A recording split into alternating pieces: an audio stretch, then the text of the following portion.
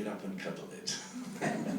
and of course, if you buy a Bengal kitten today, you can probably buy one for £100 if you go to any internet site that's selling pets.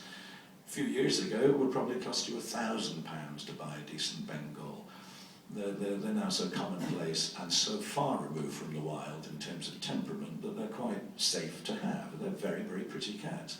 They're essentially domestic cats these days, but if you were to find, and I don't advise it, an F2 or an F3 Bengal, you would almost have to become a zookeeper, because it's not going to be a reliable pet. Certainly not one you could let walk around in your back garden.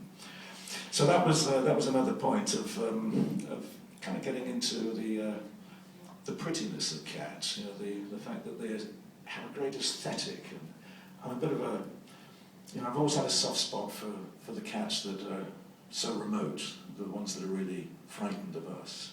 Margay is a typical example. It's a very arboreal creature. It likes to hang out in trees and just keeps away from people. You can't really tame a Margay.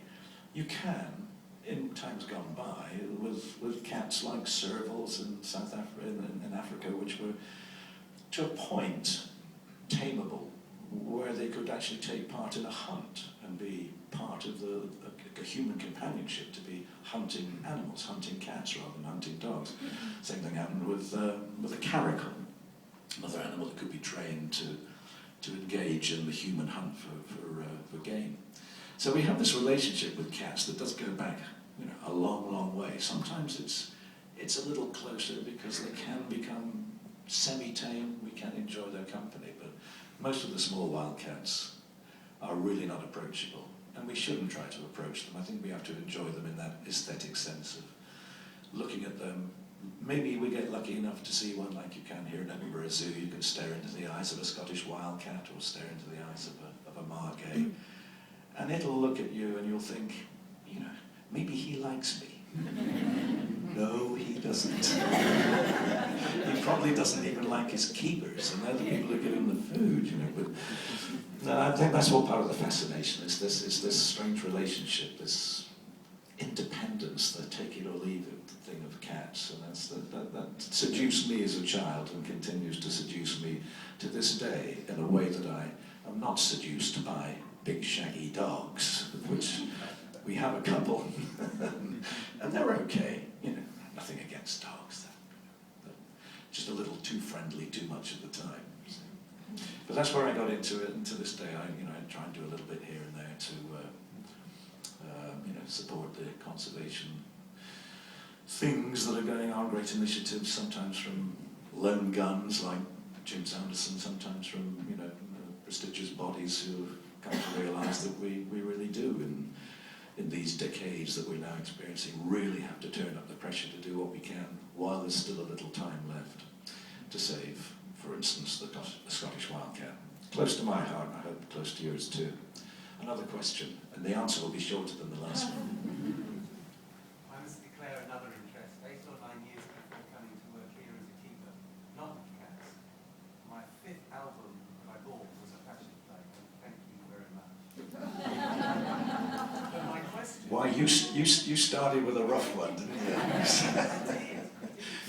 Yeah, notoriously a passion play is the Jethro Tull album that the most anal of fans claim to hold at the very peak of all of my work. In fact, it's a complicated dog's dinner of an album, really, but God bless them, some people claim to like it. My question is, you've made clear your love of the little guys in relation to the big guys.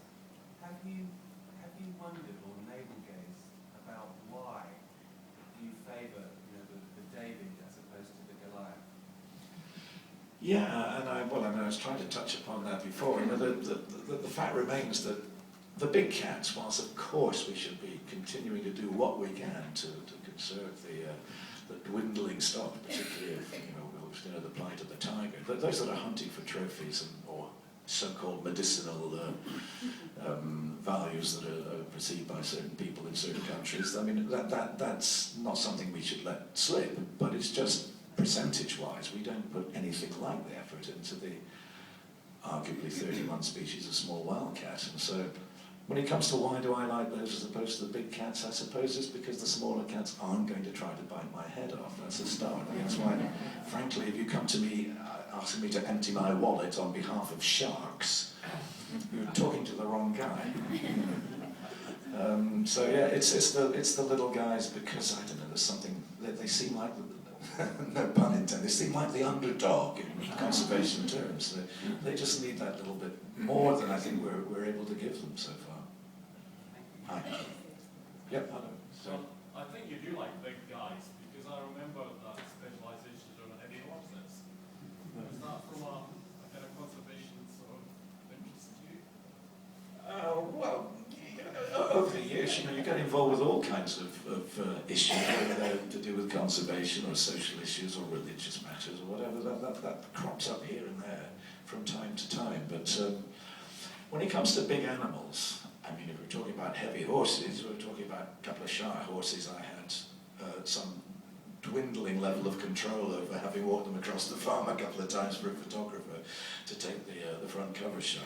And of course they're fascinating because they're big, because you know that they can trample you, or cause you some very serious harm if you lose control. But I'm not one who easily finds it a thrill to exercise control over something bigger than me. The idea of being a lion tamer, or that's where I refer to Siegfried and Roy in Las Vegas. The idea that somehow you're dominating these big scary animals. It's to make you look big, and I don't know why people have this fascination for trying to exercise control over big animals. I'm not like that. I want to leave them in their place, see them from afar. And if you've ever felt the breath of a very large tiger who is really pissed off and wants to eat you, and he's this far away, on the other side, I should mention, of a very, very heavy-duty metal mesh fence, but the stink of that breath and the anger and the terror that you see, I mean, literally a foot from your face, is something you do remember, that this is not stuff to trifle with. And so those people who love the big cats because they're scary and thrilling, well, fine, but let's keep it in perspective. A Scottish wildcat, if he gets upset or cornered, is probably going to give you a pretty nasty bite. And certainly when you get to the size of a caracal or a serval, they can do some hospitalisation damage, in spite of the fact that you may, as I've been lucky enough to do, meet servals and caracals and be able to sit down and kind of bond with them in a little way. But they're exceptions. They're in captivity. They're used to their keepers, used to human beings, and the cuddly thing, you've got to be careful of. It's you can be easily seduced into thinking the sort of cuddly nature of cats is the main appeal. It's actually not. It's the fact that they're so fiercely independent, and they can love you and leave you. That's why I'm attracted. It's the fact that you can't control them. They are their own man in that sense. This is a real question. Oh, real question. There's obviously a threat to small cats from habitat loss, and obviously you refer to the idea that there's poaching to take their skins. But does anything rival the exploitation of big cats as circus animals, in canned hunting, in all the various forms that we exploit big cats? Is there anything in the small cat population that is similar to that, or is the threat mainly from habitat loss and from poaching them for their skins? Well, with the very pretty small wildcats, when we're talking about ocelots or margates, they are so pretty and attractive. The skins have a huge value.